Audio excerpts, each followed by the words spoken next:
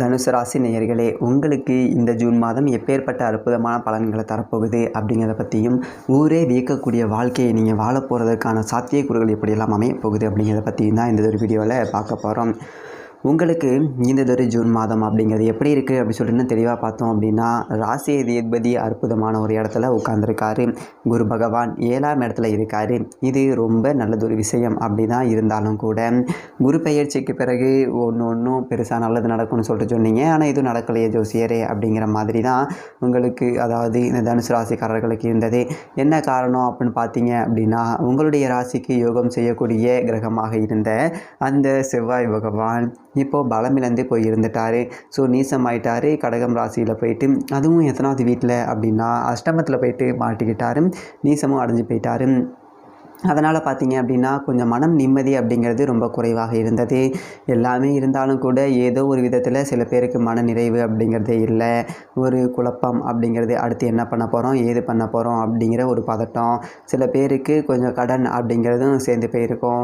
அதே மாதிரி இந்த தொழிலில் பார்த்தீங்க அப்படின்னா கூட்டாளிகளால் சின்ன சின்ன பிரச்சனை அப்படிங்கிறதெல்லாம் கூட இருந்திருக்கும்.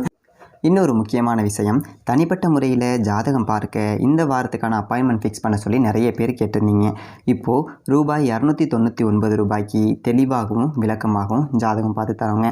தாழ்மையான வேண்டுகோள், இந்த நம்பருக்கு ஃபோன் கால் அல்லது வாட்ஸ்அப்பில் கூட நீங்கள் கேட்டு அவங்களுடைய அப்பாயின்மெண்ட் அப்படிங்கிறத ஃபிக்ஸ் பண்ணிக்கலாம். உங்களுக்கு தேவையான அனைத்து டீட்டெயிலுமே நம்ம டீமில் இருக்கிறவங்க கொடுத்துருவாங்க. அப்பாயின்மெண்ட் டேட் மற்றும் டைம் ஃபிக்ஸ் பண்ணதற்கு பிறகு அந்த நேரத்தில் நான் உங்களுக்கு ஃபோன் கால் பண்ணி ஜாதகம் பார்த்து பலன்கள்ங்கிறது சொல்லிவிடுவேங்க. ஜஸ்ட்டு நீங்கள் வாட்ஸ்அப் அல்லது ஃபோன் காலில் உங்களுக்கான டவுட் அப்படிங்கிறத கிளியர் பண்ணிக்கலாம். சரிங்களா? உங்களுக்கான அப்பாயின்மெண்ட் டேட் மற்றும் டைமை ஃபிக்ஸ் பண்ணிக்கலாம். அப்புறம் நிறைய பேர் கேட்குறாங்க எவ்வளோ நேரம் ஆகும்னு சொல்லிட்டு. ஃபஸ்ட்டு நம்ம உங்களுடைய ஜாதக கட்டத்தை பார்த்துட்டு ஜனனகால பலன்கள் அப்படிங்கிறத சொல்லிவிடுவோம். அதாவது இந்த ஜாதகக்காரங்களுடைய வாழ்க்கை எப்படி இருக்கும், கேரக்டர் எப்படி இருக்கும் அப்படிங்கிறத சொல்லிவிடுவோம். அதுக்கப்புறம் கோட்சாரத்தின் அடிப்படையில் கடைசி ஒரு 2.5 வருஷம் எப்படி இருந்துச்சு, எதிர்காலம் வரக்கூடிய 2.5 வருஷம் அதெல்லாம் எப்படி இருக்கும் அப்படிங்கிறதெல்லாம் பார்த்துடலாம். அட் லாஸ்ட் பர்டிகுலராக இந்தந்த டைமில் என்னென்ன நடக்கும், இந்த டைமில் என்னென்ன நடந்துச்சு அப்படிங்கிறதெல்லாம் பார்த்துட்டு உங்களுக்கான தெளிவான விளக்கமான பலன்கள் அப்படிங்கிறத சொல்லிடுவாங்க. இதை தாண்டி உங்களுக்கு ஏதாவது சந்தேகம் இருந்துச்சு அப்படின்னா கூட நீங்கள் கேட்டுக்கலாம். ஒவ்வொரு ஜாதகத்துக்குமே 30 நிமிஷம் வரைக்கும் நம்ம எடுத்துப்போம். தெளிவாகவும் விளக்கமாகவும் பொறுமையாகவும் உங்களுக்கு நாங்கள் சொல்லிடுவோங்க.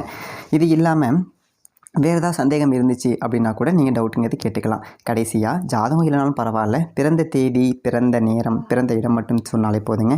நாங்கள் உங்களுக்கு ஜாதகம் பார்த்த பலன்கள் அப்படிங்கிறது சொல்லிவிடுவாங்க. நீங்கள் வாட்ஸ்அப்பில் ஜஸ்ட் ஒரு மெசேஜ் மட்டும் பண்ணாலே போதும், இல்லை ஃபோன் கால் பண்ணி உங்களுடைய அப்பாயின்மெண்ட் ஃபிக்ஸ் பண்ணால் மட்டுமே போதுங்க. சரி, வாங்க நம்ம வீடியோக்குள்ளே போகலாம். அதாவது 7ஆம் இடத்துல குரு பகவான் இருக்கும்போது கூட்டுத் தொழில் அப்படிங்கிறது ரொம்ப சிறப்பாக இருக்கணும். ஆனால் கூட்டுத் தொழிலால் பிரச்சனை அப்படிங்கிறது தான் இந்த ஒரு காலகட்டத்தை பொறுத்த வரைக்கும் உங்களுக்கு இருந்துச்சு. அதே மாதிரி இனிமேல் அதை பற்றி நீங்கள் ஒன்றும் பெருசாக கவலைப்பட வேண்டியதில்லை. இதுக்கு மேலே வரப்போகிற நாளில் எல்லாமே அடுத்தடுத்த நன்மைகள் அப்படிங்கிறது தொடர்ச்சியாக நடக்க ஆரம்பிச்சிடும். ஒரு அர்த்தாஷ்டம சனியினுடைய ஆதிக்கம் அப்படிங்கிறது இருக்குது இல்லைங்களா, அதுவும் கொஞ்சம் பின்னடைவு அப்படிங்கிறத கொடுத்தது. அதனால் இந்த பழசு எல்லாத்தையும் ஓரம் தள்ளிட்டு இதுக்கு மேலே நீங்கள் நல்லா இருப்பீங்க. அதாவது குருவினுடைய பலன்கள் அப்படிங்கிறது கூடுதலாக கிடைக்க போகுது. குரு பகவான் ராசிக்கு 7ஆவது வீட்டில் இருக்கார் அப்படின்னா, திருமணமாகாத தனுசு ராசிக்காரர்களுக்கு எல்லாமே திருமணம் அப்படிங்கிறது நடைபெறக்கூடிய ஒரு வாய்ப்பு அப்படிங்கிறது. வயசு 35 தாண்டிடுச்சு, 40 நெருங்கிடுச்சு, தலையில் இருக்கக்கூடிய முடி எல்லாமே கொட்டி போயிடுச்சு.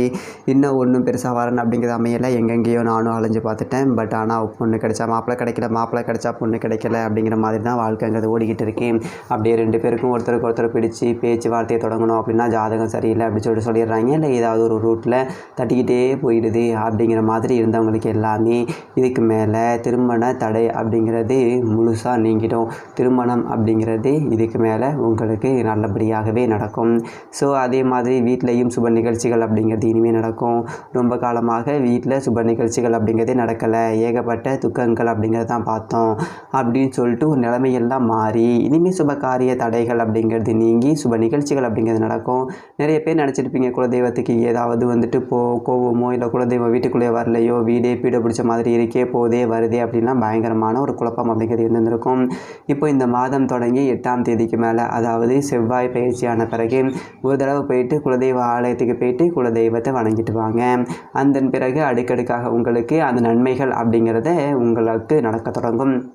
அதே மாதிரி இந்ததொரு மாதம் அப்படிங்கிறது, இந்த மாதம் தொடங்கி 2ஆம் தேதி அப்படிங்கிறது புதன் பகவான் ரிஷபம் ராசியில் இருந்து மிதுனம் ராசிக்கு 7ஆம் இடத்துக்கு போகிறாரு.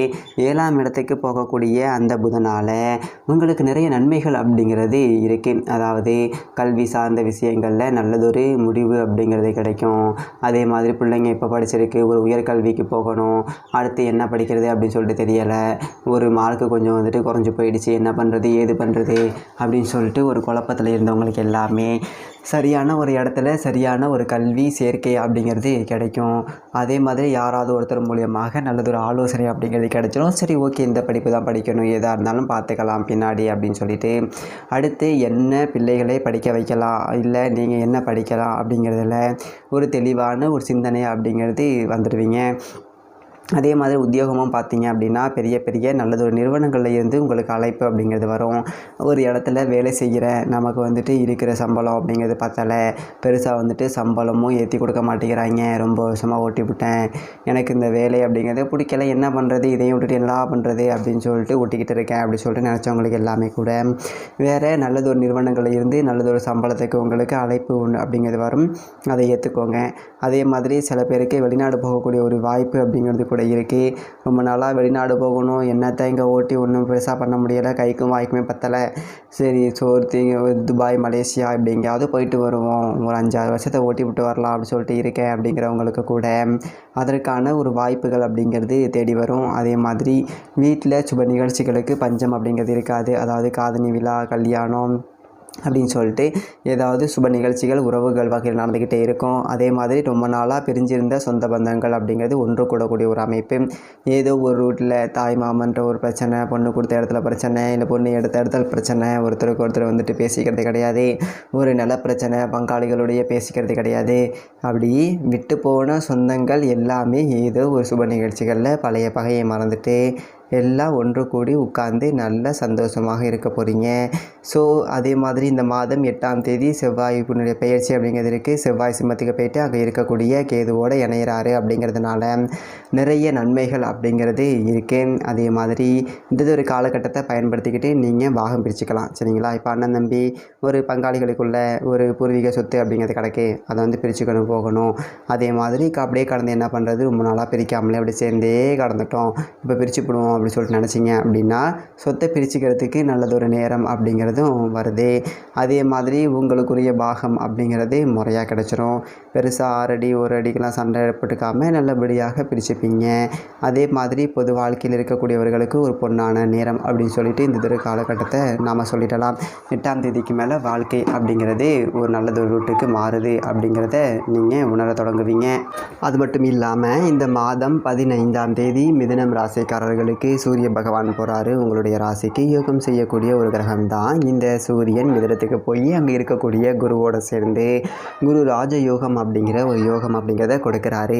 7ஆம் இடத்துல இந்த ஒரு யோகம் வருது அப்படின்னா அது கல்யாண கனவுகள் அப்படிங்கிறது நிச்சயமாக நிறைவேறும். நான் ஏற்கனவே சொன்ன மாதிரி வரன் அமையாதவர்களுக்கு எல்லாமே நல்லதொரு வரன் அப்படிங்கிறது அமையும். 15ஆம் தேதிக்கு மேலே நீங்கள் வரன் தேட முயற்சிகள் அப்படிங்கிறத செஞ்சீங்க அப்படின்னா நல்ல அரசு உத்தியோகத்தில் இருக்கக்கூடிய பெண்ணோ இல்லை ஆணோ கணவன் மனைவி அப்படிங்கிறது ஜோடியாக அமைவதற்கு அந்த வாய்ப்பு அப்படிங்கிறது இருக்குது. அதே மாதிரி நல்லதொரு குடும்பமாக நல்லதொரு சம்பாதிக்கக்கூடியவராக நல்லதொரு ஒழுக்கமுடைய இணை அப்படிங்கிறது உங்களுக்கு கிடைக்கக்கூடிய வாய்ப்பு அப்படிங்கிறது பரிபூரணமாக இருக்குது. இப்போ 15ஆம் தேதிக்கு மேலே நீங்கள் வரன் பார்க்க தொடங்குனீங்க அப்படின்னா வாழ்க்கையில் ஒரு வசந்தம் அப்படிங்கிறது நிச்சயமாக இருக்குது.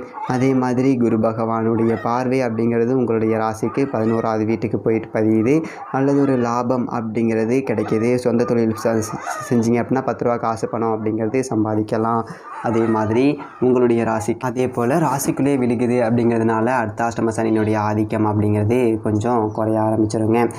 அது மட்டும் இல்லாமல் இந்ததொரு காலகட்டத்தில் அப்போது உடல் ஆரோக்கியத்தில் ஒரு பிரச்சனை, இல்லை அர்த்தாஷ்டம சனி அப்படின்னாலே உடம்பு அப்படிங்கிறத ரொம்ப கஷ்டப்படுத்தும். தாய் வழி உறவுகளில் பிரச்சனை, தாயாருக்கு சுகம் கேடு அப்படிங்கிறத கொடுப்பார். இந்த மாதிரி இருக்கக்கூடிய நிலைமை அப்படிங்கிறதே குறையும்.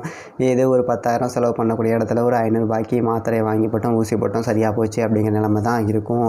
ஸோ அதை பயப்பட வேண்டியதில்லை. ராசிக்கு 3ஆவது வீட்டில் குரு பார்வை விழுகுது. அங்கே தான் ராகு பகவான் இருக்கார். அப்போது பங்காளிகள் வகையில் உங்களுக்கு நல்லது ஒரு அனுசரணை அப்படிங்கிறது இருக்கும். சொத்து பத்து பிரிச்சுக்கிறது எல்லாமே நல்லபடியாக பிரிச்சுக்கலாம். அதோட செவ்வாய் வந்துட்டு சிம்மம் ராசியில் இருந்துக்கிட்டு சனியை பார்க்குறாரு. இந்த சனி செவ்வாயினுடைய பார்வை அப்படிங்கிறது உங்களுக்கு முக்கியமான நண்பர்கள் அப்படிங்கிறத இழக்க வைக்கும். அதனால் நண்பர்களுக்குள்ளே நட்பு வட்டத்துக்குள்ளே சின்ன சின்ன சண்டை அப்படின்னா வெட்டு குத்து அந்தளவுக்கு போயிடும். அது மாதிரி ஒரு இடத்துல வேலை செய்கிறோம் அப்படின்னா சக ஊழியர்கள்கிட்ட தேவையற்ற பிரச்சனைகள் வாக்குவாதங்கள் அப்படிங்கிறது வேண்டாம். யாருக்கிட்டையும் உங்களுடைய வேலை அப்படிங்கிறத ஒப்படைக்காதீங்க. யார் வேலையையும் நீங்கள் வாங்கி செய்யாதீங்க. இதை மட்டும் செஞ்சுக்கிட்டு இருந்தாலே இந்த ஒரு மாதம் அப்படிங்கிறது ரொம்ப நல்லாயிருக்கும். சனிக்கிழமைகளில் சனி பகவானுக்கு எல்விளக்கு அப்படிங்கிறது போடுங்க. மாற்றுத்திறனாளிகளுக்கு உங்களால் முடிஞ்ச உதவிகள் அப்படிங்கிறத செய்யுங்க. இந்த ஜூன் மாதத்திற்கு பிறகு வாழ்க்கை அப்படிங்கிறது ரொம்ப நல்லாயிருக்கும். தனுசு ராசிக்காரர்களுக்கு எல்லாம் நல்லதாகவே அமையும். நன்றி, வணக்கம்.